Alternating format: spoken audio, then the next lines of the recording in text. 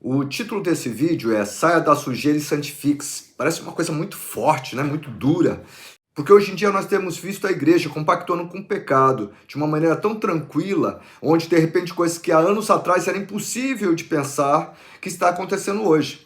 Mas por que isso está acontecendo? Qual o motivo das pessoas que amam ao Senhor, pessoas que muitas vezes querem realmente seguir o caminho do Senhor, estarem compactuando com coisas que vão frontalmente contra a Bíblia, ou mesmo que não vão? Com certeza, se eles tirarem um tempinho com o Senhor, a sua consciência vai acusar.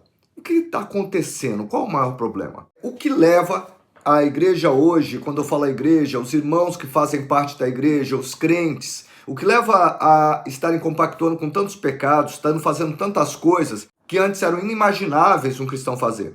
E eu creio que o grande problema hoje é uma grande crise de identidade. Muitas pessoas estão se identificando com um pastor tal, com um pastor fulano, com um pastor ciclano, ou com a sua denominação. Estão esquecendo a sua identidade de cristãos. Estão esquecendo quem são em Cristo e quem Cristo é nelas. Porque esse é o grande diferencial da igreja de hoje e da igreja primitiva, ou da igreja de 40, 50 anos atrás. Você vê aquela irmãzinha, como eu tive um caso bem interessante, que a irmãzinha ela não usava calça comprida de nenhum jeito. E aqui no Japão não se trabalha se você não usar calça comprida.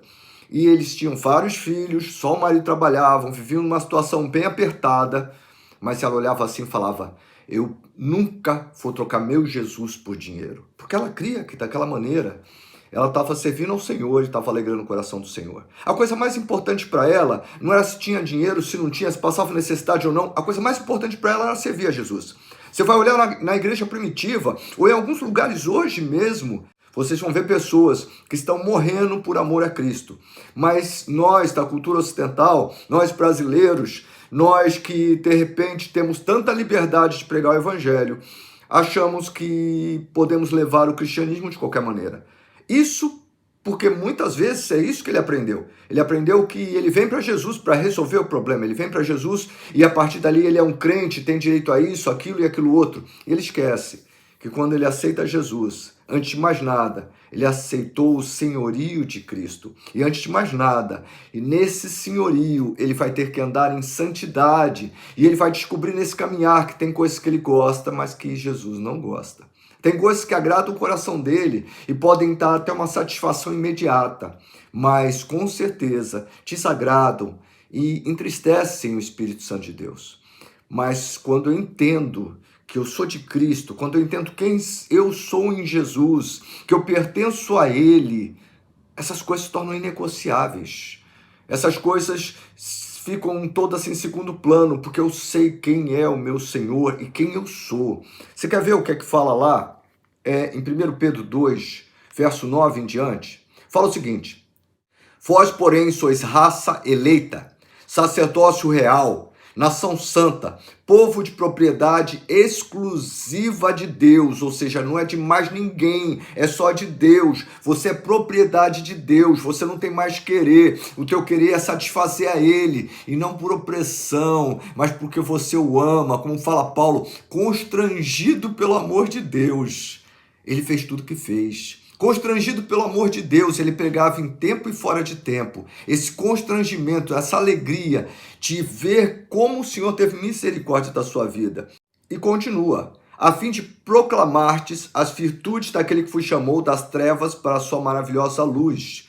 Vós sim, que antes não erais povo, mas agora sois povo de Deus, que não tinhais alcançado misericórdia, mas agora alcançaste misericórdia. Entende? Quando nós entendemos que nós somos raça eleita, povo exclusivo de Deus, geração eleita, sacerdócio real, a gente vai parar e a gente vai falar: como é que eu posso me contaminar com tantas coisas? Como é que eu posso aceitar isso como uma coisa normal? O mundo pode ser normal, mas para a nossa vida, se queremos uma mudança, se queremos implantar o reino de Deus, se queremos um avivamento na nossa nação, tem que começar por nós.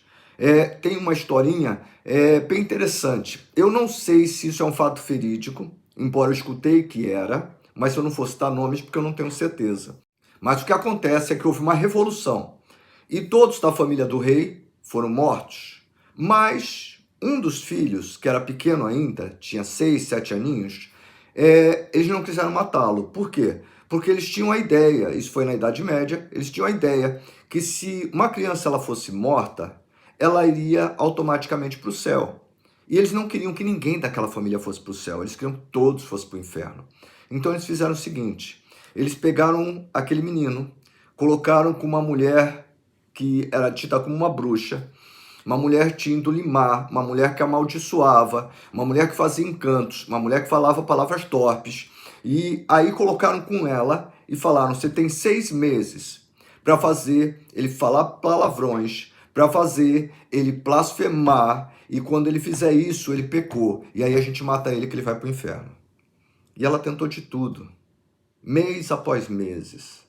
E ele olhava para ela e falava, eu não vou falar isso. E eu não vou fazer isso, porque eu nasci para ser um rei e eu não vou descer nesse nível. Isso é identidade. Eu sou filho de Deus. Eu nasci para reinar com Cristo. Eu sou co-herdeiro com Cristo. Eu estou assentado nas regiões celestiais com Cristo Jesus. Entende? Como que eu vou descer a tal nível? Como que eu vou, de repente, trocar a minha salvação, ou que seja, entristecer a Deus e o Espírito Santo por um momento tão fugaz, um momento que passa tão rápido? Às vezes, o pecado está porque você esquece que existe um Deus que é onipresente, um Deus que é onisciente, um Deus que te vê em todos os lugares. Eu tive uma situação assim bem interessante. Eu fui para um shopping, não era para ir para aquele shopping, de repente eu fui, não tinha, nem sabia por que eu estava indo ali. Eu entro, sempre que eu for ali, eu entro pela frente, eu entrei por uma porta que fica atrás, que está para o supermercado, e quando eu estava subindo a escada rolante, tinha um casal se atracando. E conforme eu fui subindo, eles começaram a ver a minha cabeça surgindo, meu corpo surgindo, e o cara tava virado para cá, agarrando a mulher, e ele começou a empurrar ela, e ela não entendia nada, e ela querendo abraçar ele empurrando ela, quase que ele joga ela lá de cima. E aí eu cheguei, olhei bem no rosto deles e cumprimentei eles. Gente, eu vi, mas antes de mim estava Jesus vendo. Antes de mim, Deus estava vendo. Por que se preocupam tanto com as pessoas quanto nós devemos nos preocupar com Deus?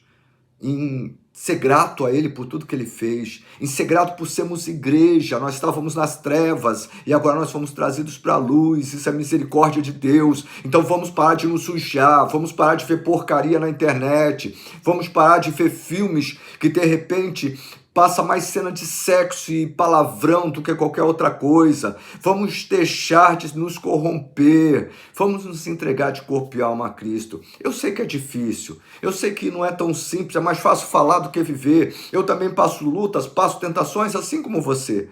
Mas temos que ter uma determinação no nosso coração. Temos que ter uma decisão. Eu vou servir a Cristo. Eu vou ser santo, porque sem santidade ninguém vai ver a Deus. Então, por favor, saia da sujeira. Não permita que algo te contamine. E se algo te contaminar, peça perdão. Se conserte com Deus. Levante a cabeça e continue a caminhar. Santifique-se cada vez mais. Quem é limpo, se limpa mais ainda. Quem é sujo, se suja mais ainda. E o meu desejo é que você esteja se limpando cada vez mais, para que através de você muitas vidas possam chegar até Jesus, para que através de você haja um avivamento, para que através de você vidas sejam transformadas e impactadas pelo poder de Deus. Esse é o meu desejo. Eu te amo e eu quero ver você como um vencedor, conquistando tudo que Deus tem para ti. Amém? Que Deus te abençoe e que Deus te dê muitas vitórias, inclusive e principalmente contra o pecado. Que Deus te abençoe. Fica com Deus.